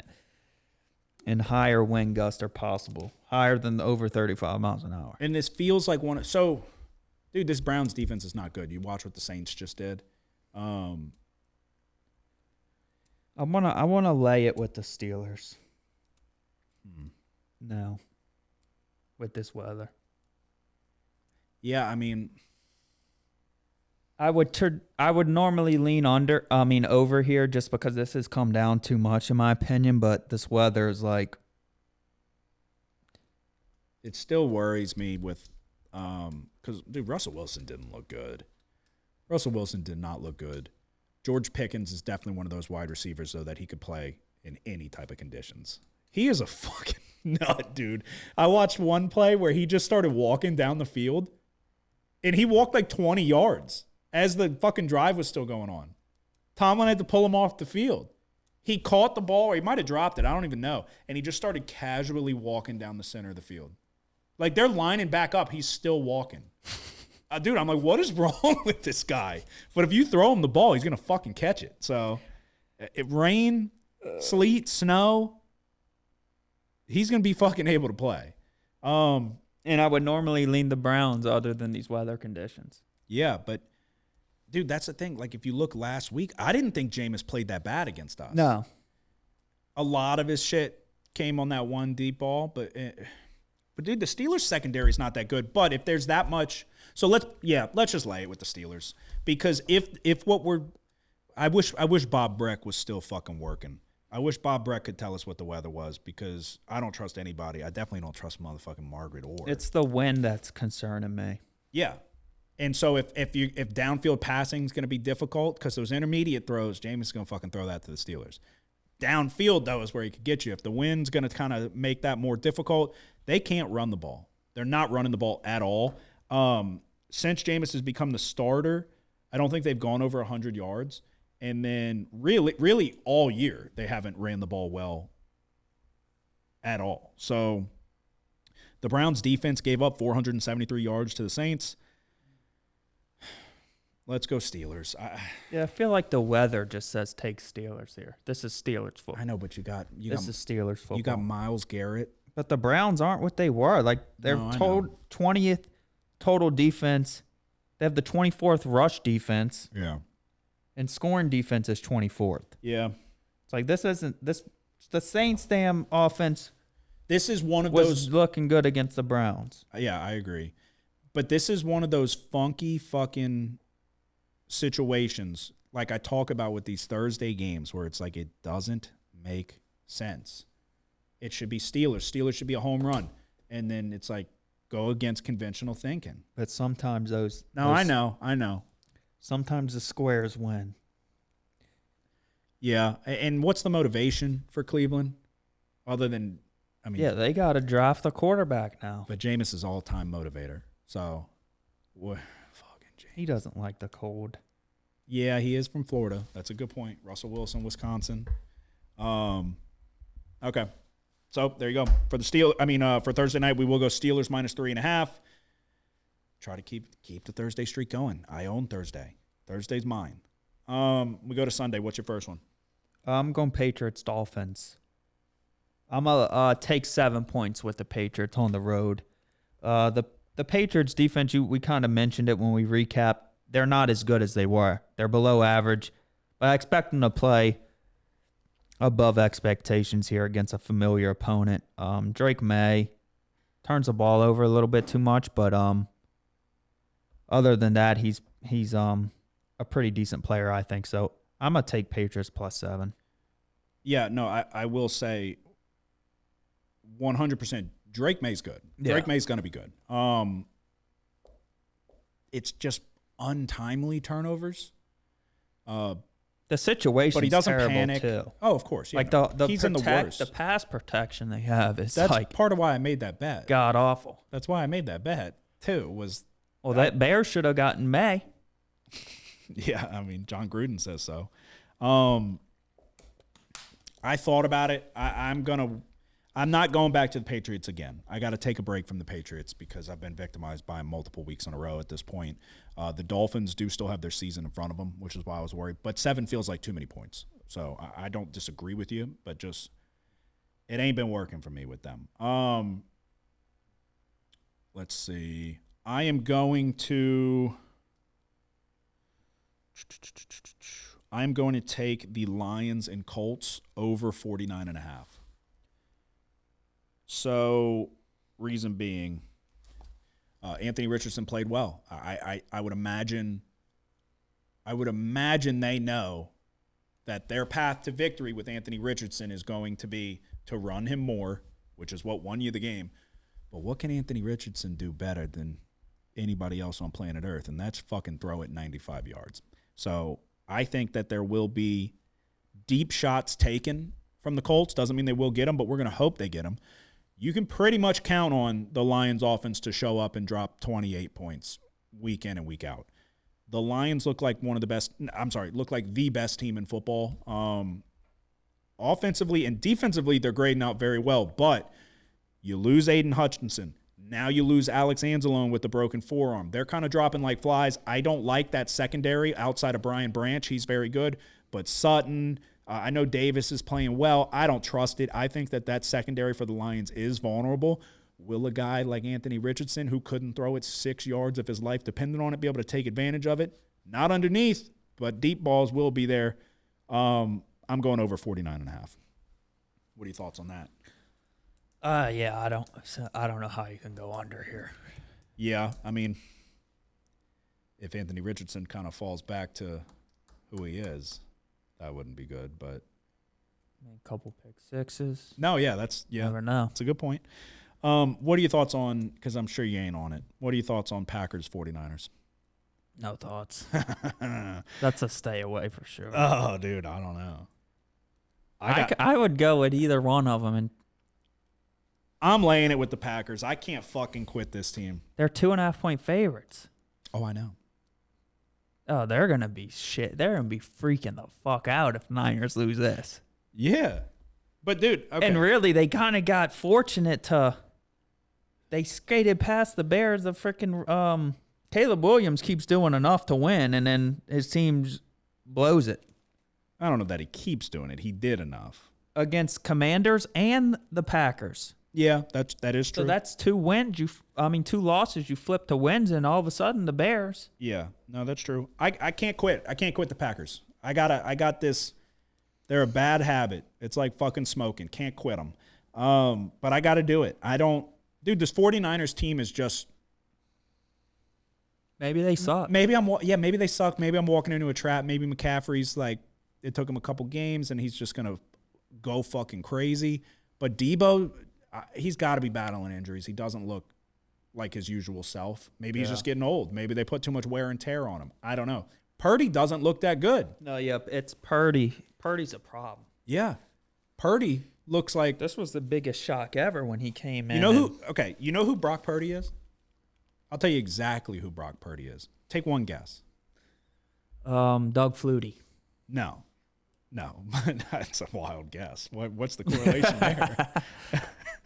I'm talking like this day and age. I'll give you one more guess because there's one right answer. They're in the NFL? Well, yeah, he is. He's still in the NFL. But he doesn't start anymore. Neither will Brock Purdy soon. Oh, shit. You want me to just say it? Yeah, just say it. Carson Wentz. Brock Purdy's Carson Wentz.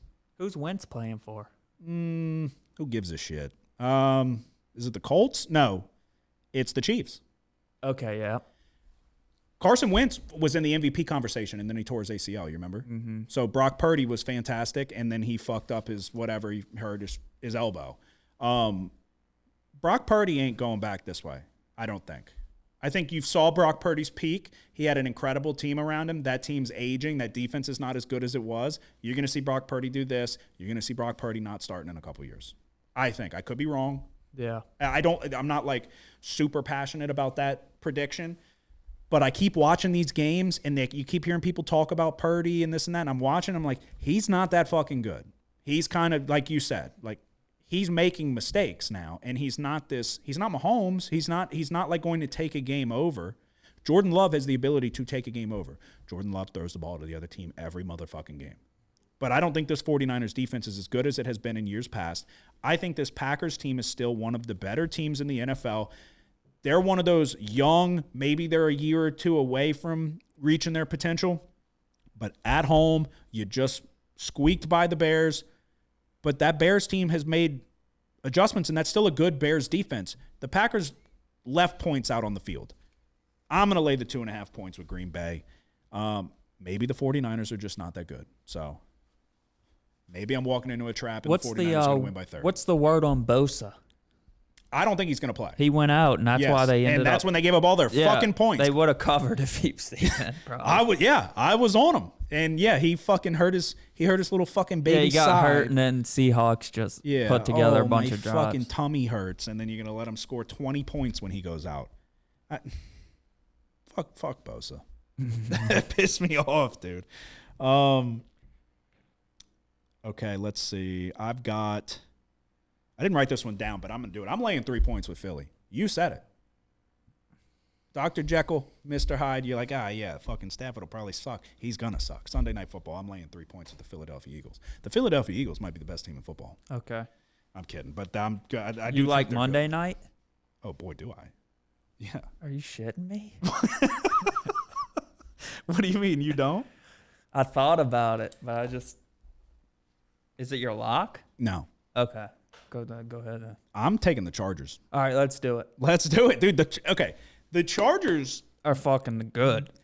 throw Matt LaFleur, fucking twink, out of the.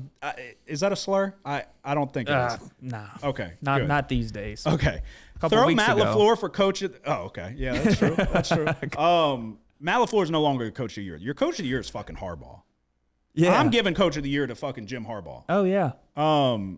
The Chargers are good. Herbert's playing fucking great. Herbert was hurt to start the year. He doesn't have weapons around him, and he's fucking lighting it up. Yeah. And if he's going to use his legs like that, I don't know. I understand you can get confused by watching the Ravens and Steelers and it being a field goal fest and this and that. One, Justin Tucker sucks. He's washed. He's the worst kicker in football. But two, that secondary is still bad, and Justin Herbert's going to take advantage of it. It's Harbaugh versus Harbaugh. Give me the home team getting points. Yeah, that was that clip they have when Herbert ran it in and they're on the sideline mic'd up. Yeah. And he's like, yeah, pretend like we're doing a pass here. It's like, pretend like we're drawing up a pass. Yeah. No, dude, he's awesome. Yeah, it's sick. I'm thinking about okay. I might double dip this though. I'm gonna double dip it. Yeah, I'm taking the over. Okay. I'm taking the over. It just hit me like a ton of bricks because this Chargers defense did not look that great against the Ravens. Against the Bengals. Yeah. So I think the Chargers can win this game. 3 points. I don't think that they. I'm gonna take the over too. I'm gonna take the over. Over 50. Not to like take wind out of your sails if you're about to go into why the fucking Chargers are going to shut them out or anything, but I think that there's going to be points to be had on both sides. What are your thoughts there? I don't know. I think probably because of the sluggish game the Ravens had last week. Yeah. Turf, they were indoors. They were the number one offense in a lot of categories, and then indoor turf. They have a bad game. I don't know if I see another one. Yeah, and like I said, I think it's going to be back and forth, toe to toe. And who knows? It could be decided by a field goal, whatever. But that was really the first formidable offense that the Chargers faced was the Bengals. Like you played the Saints with Rattler. You played a bunch of offenses that were not very good. In come the Bengals, slow start, but then they started really getting it going. I think that I'm going to be honest. I think Joe Burrow's playing arguably the best of anybody in football. Oh yeah, definitely. And he's there's other people playing fucking good too, but Josh Allen. But I think he's the best. Yeah, and I think statistically he's the best. We know their defense is horrible, so it's pretty criminal what they're doing. This reminds you of the Saints years with Breeze before he won the Super Bowl. Giants game. Oh yeah, even after. Yeah. But the years where we didn't make the playoffs. Yeah. And 06, 07, or 07, 08. Yeah. Yeah. Yeah. But after Super Bowl, we were basically there was one season with the Bounty Gate we didn't make the playoffs. Mm-hmm. No, yeah. I mean, you had 11. You had 11 and 13 were both arguably better teams than 2009. So yeah, I'm going to double dip Monday night. We're going over 50.5, and I'm going to take the Chargers +3. And I think I just have my lock left. Yeah. I can't hit a lock, so it doesn't matter, but that's all you have left? I'm losing too. All you have left is your lock? Uh-huh. All right, all we have left, best bets of the week in the NFL. It's a lock, Kramer. You've had this thing under control for almost 3 years now. But it's a lock. They need that fucking juice. They need that next bet. They need. Come on. Yes! When they win, they go fucking crazy. You're a bad motherfucker. Go in that shower, grab your fucking nuts, and tell the world somebody's sniffing my fucking nutsack today. Cause I ain't got time to fuck around no more. You want me to go first? Yeah. All right, this is one of those matchups where it's a team that I think It's the Bears plus 3.5 on their home field against a fraudulent Vikings team. What scares me is Brian Flores with his blitz packages could confuse Caleb Williams. What doesn't scare me is that Sam Darnold is playing quarterback for the Minnesota Vikings. And I've been trying to tell you for weeks now that Sam Darnold is reverting back to his norm. He's going to throw interceptions. This Bears defense is good. Caleb Williams, get the ball out to your playmakers. The Bears do everything in their power to lose these games. Really, it's just Matt Eberflus. It just feels like too many points. I think that the Bears... I was impressed with what they did against the Packers. I'm rambling here. I'm trying to talk myself into it. It could be a square pick. I'm going Bears plus 3.5 on the home field. What is your lock of the week? Bears. Really? Yeah, the Bears. The Vikings offense has slowed down. Only 19 points per game in the last 4 games. And you mentioned that the Bears defense, they match up great against the Vikings offense. They have the 9th ranked passing defense, the 7th ranked scoring defense, and the 4th ranked third down defense. So, Bears defense here is why we're taking them. Yes. I think we're going to find out quick if it was a bad pick. I think you're going to see I am worried about Flores dialing up blitzes with Caleb Williams and how he responds to him. But he said something that was like remarkable where he apparently Shane Waldron fucking took forever to get the play call in. So he had no time to even like look at the defense, he said. He said he was getting the play in so much sooner that he could actually like try to see what coverage they're in and like, oh, maybe he's the Mike and play quarterback. I think that makes a tremendous difference. I think you're also going to see, and you saw, an uptick in energy. These wide receivers know the ball's coming their way now. He's getting the ball out quick. DJ Moore was much more involved. Dude, they need to run Roschon Johnson more than they need to run DeAndre Swift. DeAndre Swift, dial up the screens and get him the ball out in space. But Roschon Johnson, bro, run the ball through the fucking tackles. He's a good running back. Yeah. I think that they have the pieces needed. Caleb Williams looked good. You said it yourself. He did enough. He played poorly in the beginning of that Commanders game, really for 75% of that game. But when it came time to win the game, he put 2 good drives together. Horrible fucking play call from Shane Waldron, who, rest in peace, he's gone. They got him out the building. They handed it to fucking the white fridge, and he fumbled it. But that should have been a touchdown. They got the ball back. They went down, and he scored the game-winning touchdown. So Caleb Williams has shown you flashes, and he has the ability, if he's going to use his legs more, I'm all for it. I don't think that this Vikings defense is that great in the back end.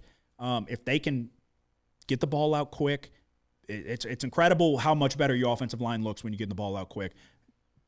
Just fucking weather the storm of the blitz packages. They're going to get them sometimes, but I think I truly have said and believe that Sam Darnold has shown you regression to the mean. So he's going to – the ball is going to be put up for grabs. He has – dude, against the Jaguars, some of those turnovers that he had were fucking head-scratchingly bad, and we've seen it multiple times now. So that he's showing you what is going to continue to come. That's not just a one-off. So – 3.5 points just feels like too many. It's a divisional game. This is a great opportunity for them to build some momentum in Chicago.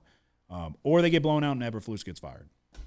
Yeah, it feels like a great spot for the Bears. It does. Because you kind of got a little bit of offensive momentum last week. Mm-hmm.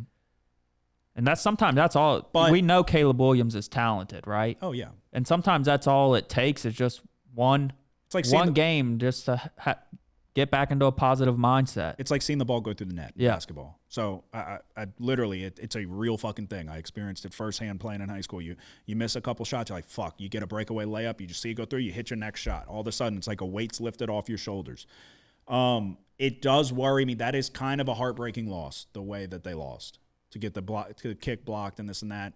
I don't know that Eberflus is the guy to rally the troops and rah-rah get them going. I think he's a dumb fuck. But I think that they're almost playing in spite of how dumb he is at this point. So, Bears plus 3.5, a consensus lock of the week. I think the first one of the year. To recap, I'm taking the Steelers minus – actually, we're both taking the Steelers minus 3.5 on Thursday night. I am 9-2 on Thursday. I own Thursday night. At some point, you're going to have to fucking start tailing on Thursday night or tell a friend or something because if I win this one, I'm not going to shut up about it ever. I'm going Packers minus 2.5, Eagles minus 3, Lions and Colts over 49.5, double dipping on Monday night, Chargers plus 3 and the over 50, and my lock of the week is the Bears plus 3.5. We're going Steelers minus 3.5, the Patriots plus 7, the Chargers plus 3 on Monday night, and the lock of the week is going to be on Sunday at noon, the Bears plus 3.5. Alrighty, there you go. That is our best bets of the week for NFL Week 12. Episode 205 is in the books. Again, hit that like and subscribe button. Do you have anything to say before we go? Nope. The season is almost over, but like I said, we have so much more to go. Bowl season, if you are new to the podcast, we bet every single bowl game, no questions asked. There's still a lot of NFL left. Feast week is next week. Games all across the board. I will go down with the ship. So we're either it's going to be a great end of the season or it's going to be catastrophic. But either way, we're sending shots. So episode 205 is in the books. Y'all have a good one. Who dat? The house always wins. Play long enough, you never change the stakes. The house takes you. Unless, when that perfect hand comes along, you bet big, and then you take the house. Been practicing this, a little bit. Did I rush it? Felt like I rushed. That was good. I liked it.